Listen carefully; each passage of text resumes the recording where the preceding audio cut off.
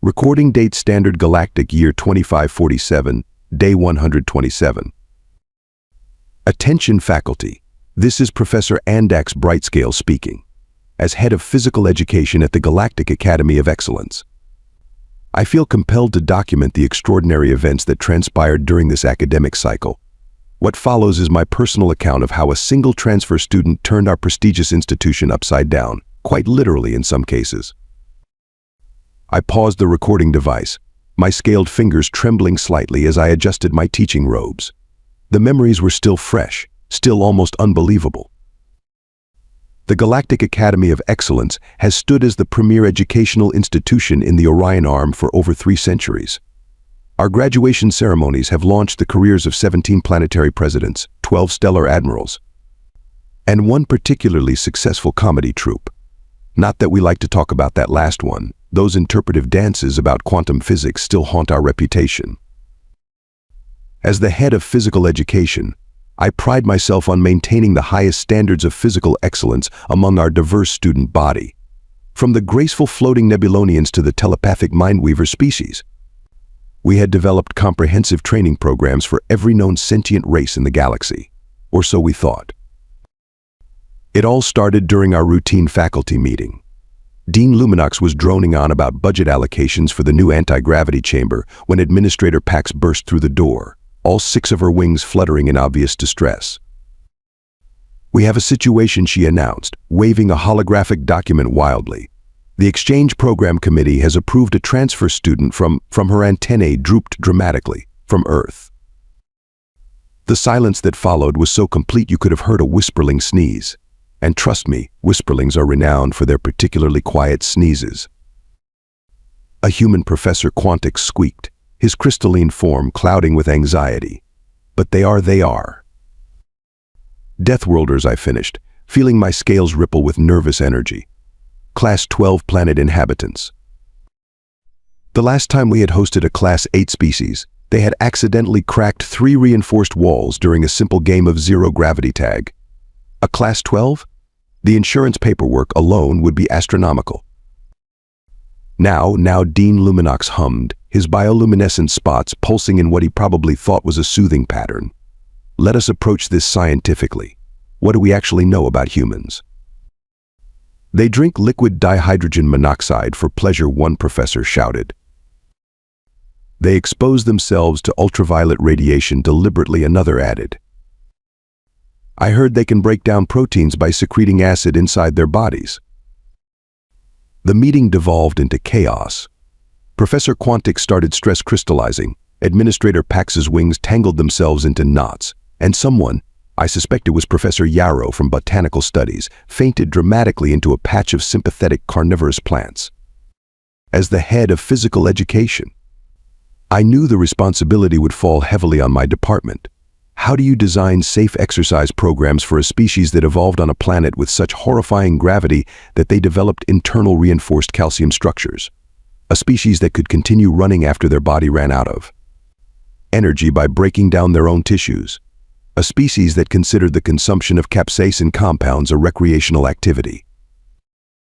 The committee spent the next 3 cycles preparing for our new arrival. We reinforced the gymnasium with grade 5 durasteel, typically reserved for starship hulls. We installed emergency gravity modulators every 10 feet. We even hired a specialist in Deathworld biology. Though she refused to stay on campus and insisted on conducting all consultations via hologram from a safe distance of 3 star systems away. But nothing, absolutely nothing, could have prepared us for what happened when Lily Blackwood actually arrived at our academy. End recording segment 1. I clicked off the device, my scales still tingling at the memory. The real story was just beginning, and someone needed to document it. For science, of course. And definitely not because the footage of what happened in the anti-gravity dodgeball tournament had become the most watched video in the Academy's history. Recording date Standard Galactic Year 2547, Day 128. Resume log, Professor Andax Brightscale recording. The day of the humans' arrival brought more excitement than the time we discovered the cafeteria's quantum food replicator had gained sentience and started serving everything with motivational messages written in sauce. I stood at the Academy's main entrance alongside Dean Luminox, Administrator Pax, and a medical emergency response team that insisted on being present.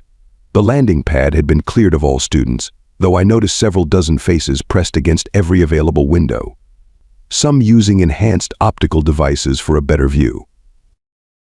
The transport ship descended with remarkable precision, though our landing crew chief later complained about the pilot refusing to use our automated guidance system, claiming something about, quote, preferring to park manually, end quote. When the boarding ramp lowered, I instinctively coiled my tail into a defensive position. Administrator Pax's wings began their nervous flutter dance, and Dean Luminox's bioluminescence shifted to what I can only describe as anxious puce.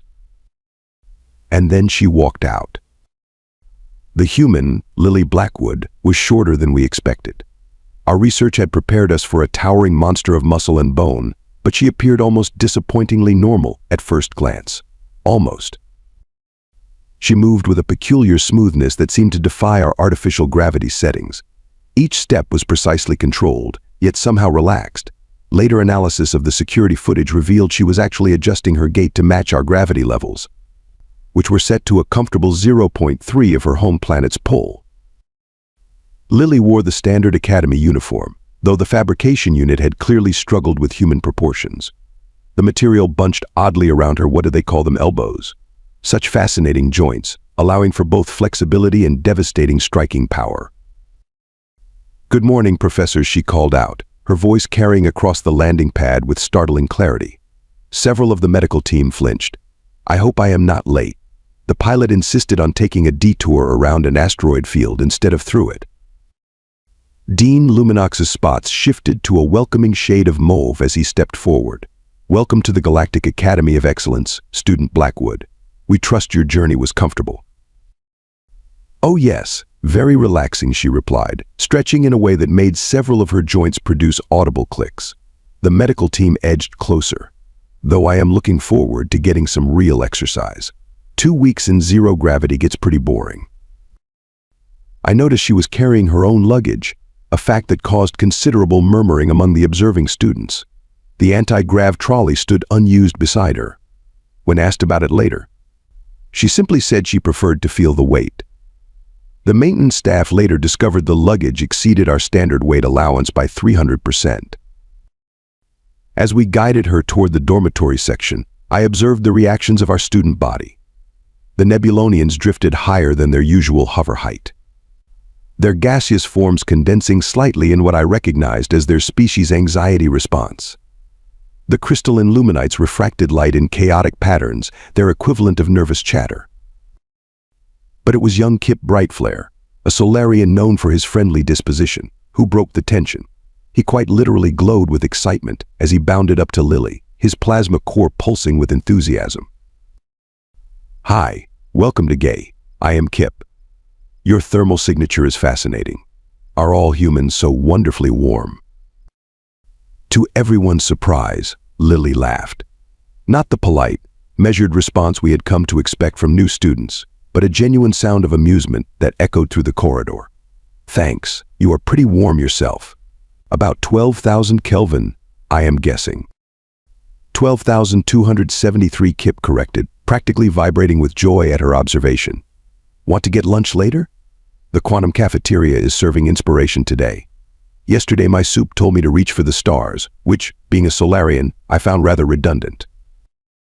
Before I could intervene, fearing for the structural integrity of our dining facilities, Zendra Pulseweave, our top athlete from the Nebulonian cluster, drifted into the conversation. Her gaseous form crackled with barely contained competitive energy. "I hope you are ready for physical assessment tomorrow," she said, her voice carrying that particular harmonic frequency Nebulonians use when issuing a challenge. "We maintain very high standards here." Lily's response was merely to smile, a gesture that, according to our xenobiologist's hasty notes, could indicate either friendly acceptance or predatory anticipation. "Looking forward to it," she said, hoisting her impossibly heavy bags with casual ease. "I have always enjoyed a good workout." The way she said workout made me suddenly very grateful for those reinforced walls we had installed. I quickly ushered her toward her specially prepared quarters, trying not to think about tomorrow's physical assessment class. End recording segment 2. Personal note: requisition additional emergency repair drones for tomorrow. I have a feeling we are going to need them. Recording date: Standard Galactic Year 2547, Day 129. Resume log, Professor Andak's bright scale recording. The morning of the standard fitness evaluation arrived with an atmosphere so tense you could have bounced a quantum particle off it, which, coincidentally, someone actually tried to do in the physics lab next door. I had arrived early to triple-check the safety protocols. Coach Thick Steelclaw, my assistant, was already there, his metallic exoskeleton gleaming under the gym's adaptive lighting system. "Are you certain about this, Professor?" he asked, mandibles clicking nervously. "The human's file suggests their endurance levels are concerning." The students began filing in at precisely 0800 hours. The Luminites arrived first, their crystalline forms arranged in perfect geometric patterns, a sure sign of pre-test anxiety. The Nebulonians drifted in next, with Zendra Pulseweave leading the group, her gaseous form swirling with competitive energy. Lily Blackwood walked in last. She wore our standard athletic uniform, though she had apparently modified it with something she called sports tape around her hands and wrists. The sight of her deliberately restricting her joint movement caused several Luminites to vibrate in distress. "Right," I announced, uncoiling to my full height. "Today's evaluation will test your abilities in 4 key areas: flexibility, strength, speed, and endurance. As always, you will be graded according to your species' baseline standards." The flexibility tests went smoothly enough. The Nebulonians, being essentially sentient gas, scored perfectly as usual. The Luminites demonstrated their impressive ability to refract around obstacles. Kip Brightflare, our enthusiastic Solarian, managed to compress his plasma core to half its usual diameter, a personal best that earned him a round of appreciative photon bursts from his classmates. Then came Lily's turn. She approached the flexibility assessment area, a series of energy barriers arranged in increasingly challenging patterns. What happened next caused Coach Steelclaw to drop his data pad. The human body, it turns out, is not supposed to bend that way. At least, that is what our xenobiologist screamed over the emergency comm channel. Lily contorted herself through gaps that even some Nebulonians found challenging, using what she later described as something called yoga. But it was the strength test that truly changed everything. Zendra Pulseweave went first, impressive as always. Her gaseous form compressed a Class 3 gravity ball to its minimum size through focused pressure manipulation. The viewing screens displayed her score 94th percentile for Nebulonian strength standards.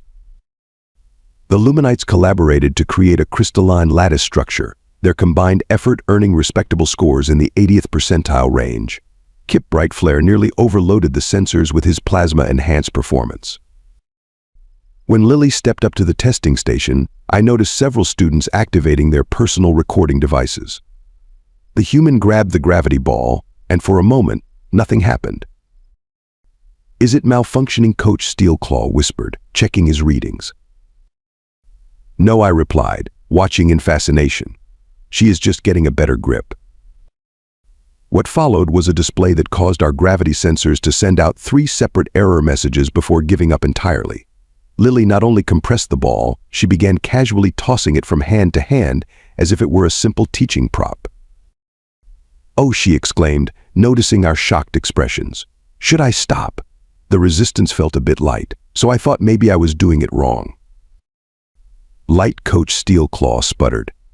"That unit is calibrated for Class 5 planetary conditions." The speed trials were next, though by this point, several Luminites had excused themselves, claiming the need to realign their molecular structure. Their crystalline forms had become distinctly asymmetrical from stress. Zendra Pulseweave set an impressive pace in the acceleration chamber, her gaseous form streamlining to achieve near-sonic velocities. She emerged looking smug, if a cloud of semi-sentient gas can look smug. "Your turn, Deathworlder," she hummed with harmonic undertones of challenge. I should note here that no one had actually told Lily this was technically a competition. The growing rivalry between her and Zendra had developed entirely organically, which, according to my research, is very on brand for human social interactions. Lily entered the chamber. The first few seconds were unremarkable. Then she did something that caused 3 separate safety protocols to activate simultaneously. She ran. Not the carefully measured pace we expected, but a full speed, ground-pounding sprint that had our sensor arrays sending out distress signals in 17 different languages. "She is accelerating," Coach Steelclaw announced unnecessarily, as we could all see the numbers climbing on the display screen. But where is her propulsion system?" "Those are legs," Coach, I explained, though I was equally astounded. "They are using purely mechanical motion. Biological locomotion powered by, what did the briefing call it? Right, ATP and lactic acid fermentation." The endurance test almost caused a school-wide shutdown. We had to recalibrate the testing parameters 3 times. By the end, Lily had not only outlasted every other student, but was asking if she could continue because, and I quote, "I am finally feeling warmed up." When the final scores were tallied, there was a moment of complete silence in the gymnasium. Even the usually chatty quantum particles in the physics lab next door seemed to pause. "Well done, everyone," I announced, trying to sound professionally calm while my scales were practically vibrating with excitement. "Class dismissed. Lily, a moment please." As the other students filed out, I noticed something remarkable.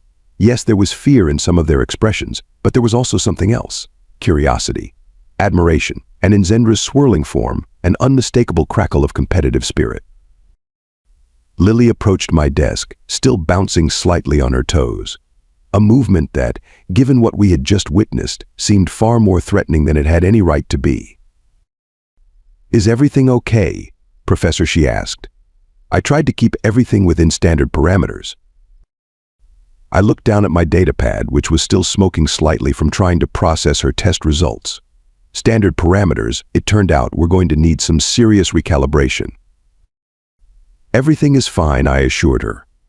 "Though I do have one question. You were holding back, were not you?" Her smile was both friendly and somehow terrifying. "Well, yeah. I mean, Earth's gravity is about 3 times stronger than here, and I did not want to show off. Plus, Mom said something about not breaking any schools on my first week." End recording segment 3. Personal note: update the insurance policy. Again, recording date standard galactic year 2547, day 145. Resume log, Professor Andak's Brightscale recording.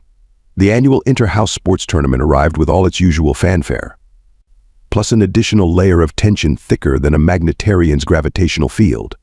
News of our human students' abilities had spread through the academy faster than a quantum entanglement cascade. The traditional team selection ceremony was held in the main gymnasium, which had finally been repaired after Lily's initial assessment. The scorch marks from the speed trial had been particularly challenging to remove. As head of physical education, I presided over the ceremony alongside Coach Steelclaw, whose metallic exoskeleton had been polished to a mirror shine for the occasion. The 4 house captains stood before us: a Luminite, a Nebulonian, a Mindweaver, and a Solarian. When Lily entered the gymnasium, I noticed several students subtly drift away, creating a perfect spherical void around her. All except Kip Brightflare, who, true to his name and nature, bounded over to float beside her, his plasma core pulsing with friendly warmth. The first sign of trouble came during team selections. Zendra Pulseweave, representing the Nebulonian house, spoke up first. "We moved to classify the human as a Class 12 competitor," she announced, her gaseous form crackling with static. "According to Regulation 7.3, subsection B, this would make her ineligible for standard team events." A wave of murmurs rippled through the assembled students. Several Luminites began stress refracting, creating small rainbows across the floor. "May I speak?" Lily asked, raising her hand in that oddly rigid way humans do. When I nodded, she continued, "I have reviewed the regulations. There is a precedent for Class 12 species participation under Section 15, the Adaptive Competition Clause." The room fell silent. Even I had forgotten about that particular regulation, which had been added after the infamous gravity whale incident of 2489. "Do not ask about the details. We are still paying off the insurance claims." Lily continued, her voice carrying that peculiar human quality of both firmness and friendliness. "The clause states that any competitor can participate if they can demonstrate appropriate control and adaptation to standard competition parameters. I noticed Coach Steelclaw frantically checking his datapad, mandibles clicking in surprise when he found she was absolutely correct. The selection proceeded, though with obvious reluctance from most team captains. Eventually, Kip Brightflare, representing the Solarian House, enthusiastically selected Lily for his team. His plasma core practically sparkled with excitement. The obstacle course challenge was the day's main event. Our maintenance crew had outdone themselves, creating a masterpiece of anti-gravity zones, plasma barriers, quantum tunnels, and psychic puzzles. The course wound through the Academy's entire athletic complex, ending in the central arena. Each team would run the course as a relay, with members tackling sections best suited to their species' abilities. The Nebulonians excelled at the gas diffusion chambers, while the Luminites could easily navigate the crystal refraction maze. Things were going smoothly until the third leg of the relay. Lily's section involved crossing a series of floating platforms while carrying a quantum-stabilized energy core. Simple enough, we thought. How wrong we were. The problems began when someone, and I have my suspicions about certain gaseous competitors, adjusted the gravity settings in that section. The platforms began oscillating at random intervals, making the crossing nearly impossible. I reached for the emergency shutdown control, but before I could activate it, something extraordinary happened. Lily, noticing the platform frequencies, did not stop. Instead, she started bouncing. Yes, bouncing. Using the variable gravity to her advantage, she turned the entire section into what she later called a parkour run. The sight of a human purposefully launching herself through three-dimensional space caused several mindweavers to develop spontaneous psychic hiccups. But the real crisis came at the halfway point. The unstable gravity fields had affected the quantum-stabilized energy core. It began to pulse with dangerous levels of radiation. Normally, this would trigger an automatic safety shutdown. Unfortunately, the safety systems had been disrupted by the gravity fluctuations. We had seconds before a catastrophic containment failure. What happened next became the most watched video in Academy history, even surpassing the famous cafeteria AI love story incident. Lily, assessing the situation with remarkable speed, did not retreat. Instead, she accelerated. Using the unstable platforms as springboards, she began moving faster, each jump precisely calculated. The energy core's warning pulse was now a constant shriek. Professor Coach Steelclaw shouted, "The human is heading for the cryogenic emergency chamber." Of course. The chamber, designed for containing plasma breaches, could safely absorb the energy core's radiation. But reaching it meant crossing a section of complete vacuum, something no standard competitor could survive. Lily did not hesitate. She took one final leap, tucked the energy core close to her body, and held her breath. Do you know how long a human can survive in vacuum? Neither did we. Our xenobiology department is still arguing about it. But Lily crossed that gap, reached the chamber, and deposited the core with 2.3 seconds to spare. When she emerged covered in frost but grinning, the silence in the arena was absolute. Then Kip Brightflare began to pulse with light, a slow build that grew into a radiant display of appreciation. One by one, other students joined in. The Luminites created a crystal resonance pattern of respect. The Nebulonians swirled in harmonious formations. Even Zendra Pulseweave crackled with reluctant admiration. The competition was officially suspended for safety reviews, but something more important had happened. The students had witnessed not just human physical capabilities, but human problem-solving, courage, and quick thinking. Later, during the mandatory medical check, I overheard Lily talking to Zendra. You know, Lily said, while being scanned for radiation exposure on Earth, we have this thing called parkour. I could teach you some techniques that would work amazingly well with your gaseous form. Zendra's competitive crackle softened to a curious hum. Perhaps we could exchange training methods. Your gravitational control was not entirely terrible. End recording segment 4. Personal note: submit requisition for expanded safety protocols, additional emergency equipment, and one specialized human first aid kit.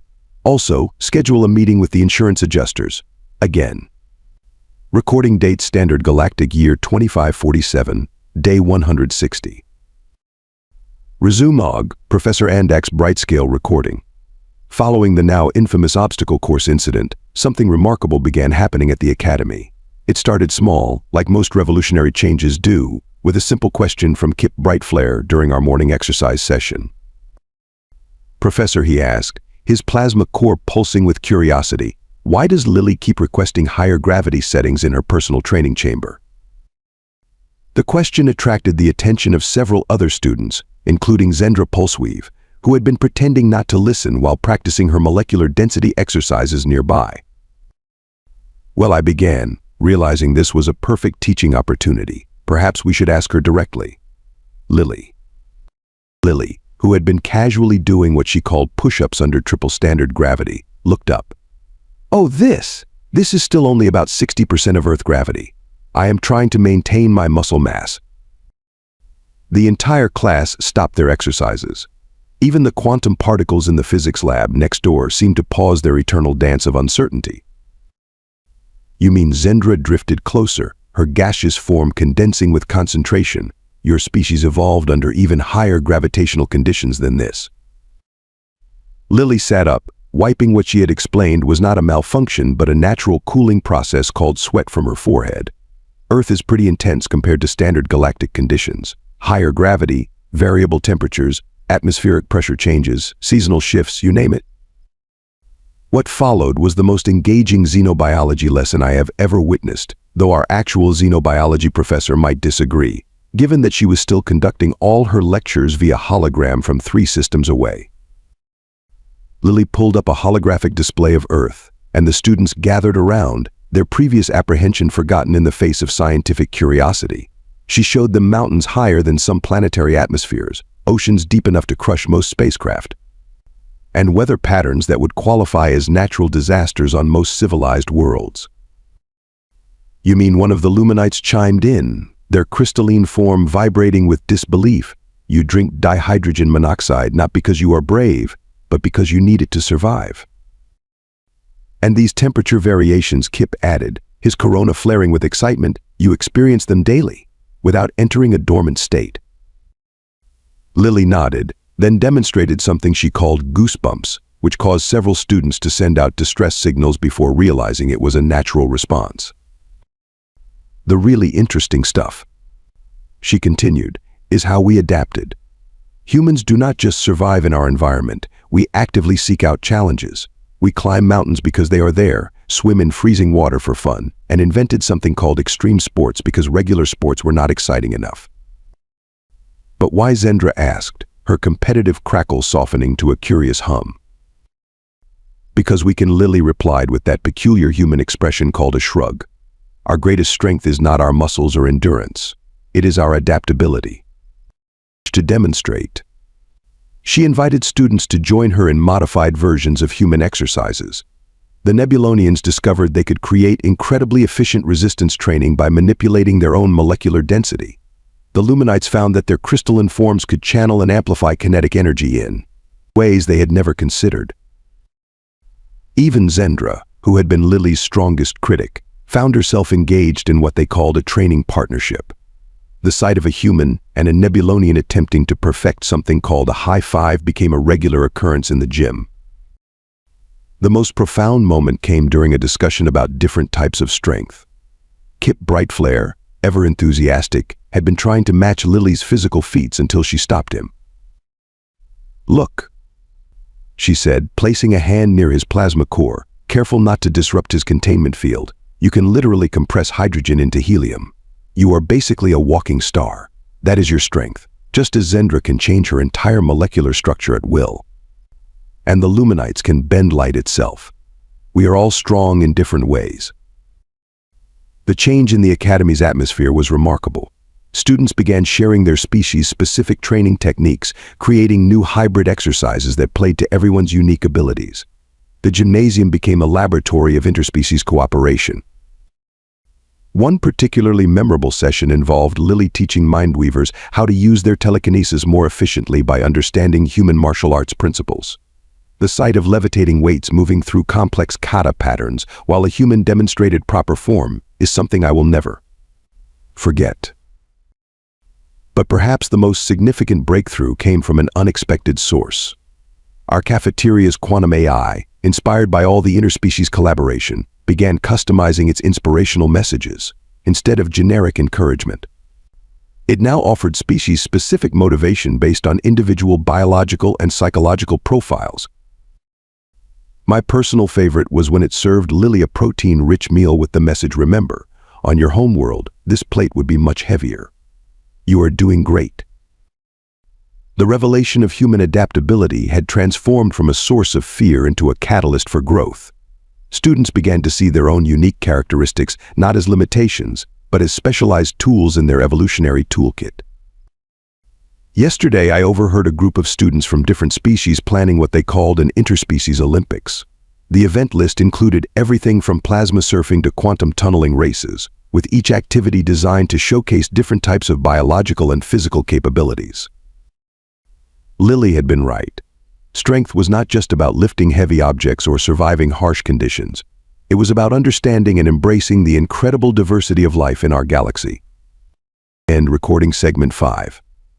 Personal note: update the Academy curriculum to include comparative xenobiology as a mandatory subject. Also approve the Interspecies Olympics proposal, but triple the insurance coverage, just in case.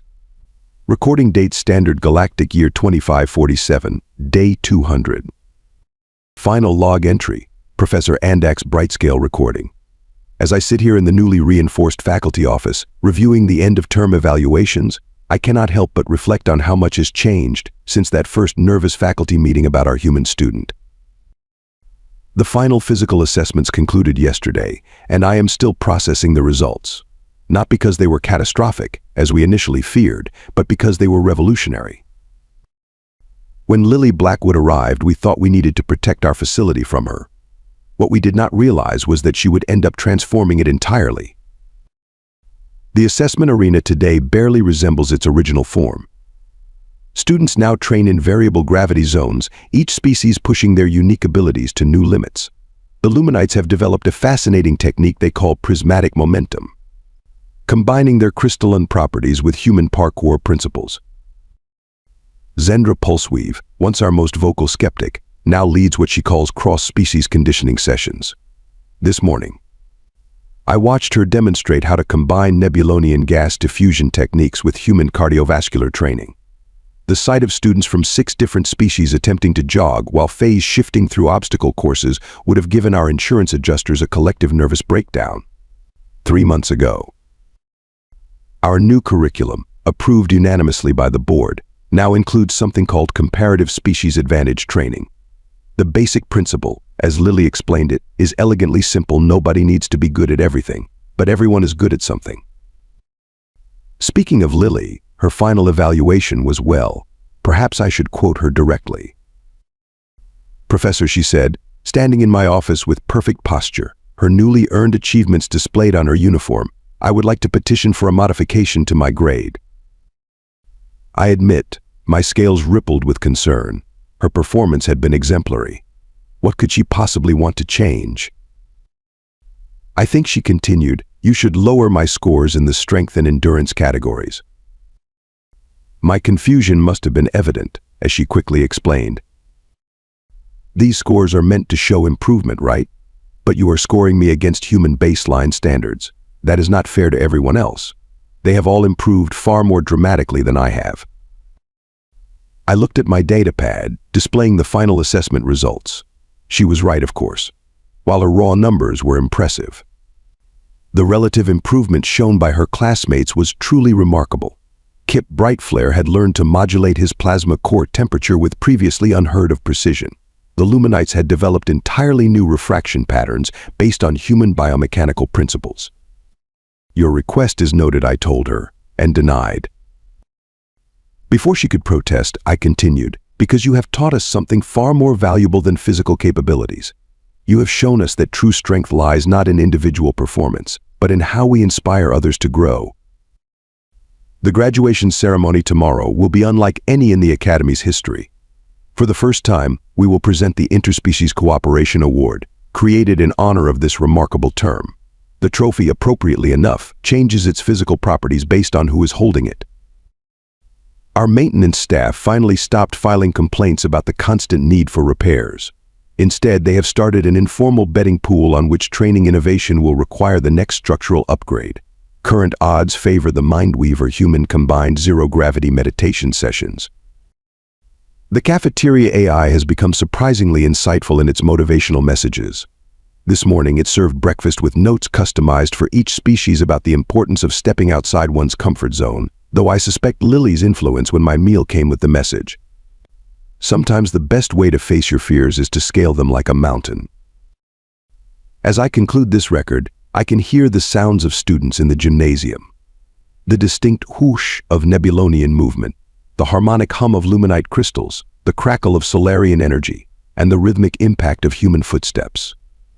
All blending together in what I can only describe as the music of progress. To think we were worried about surviving a death worlder. Instead, she taught us how to truly live. End final recording. Personal note: submit proposal for expanded exchange program with Earth. And yes, upgrade the insurance policy. Again, some habits are hard to break.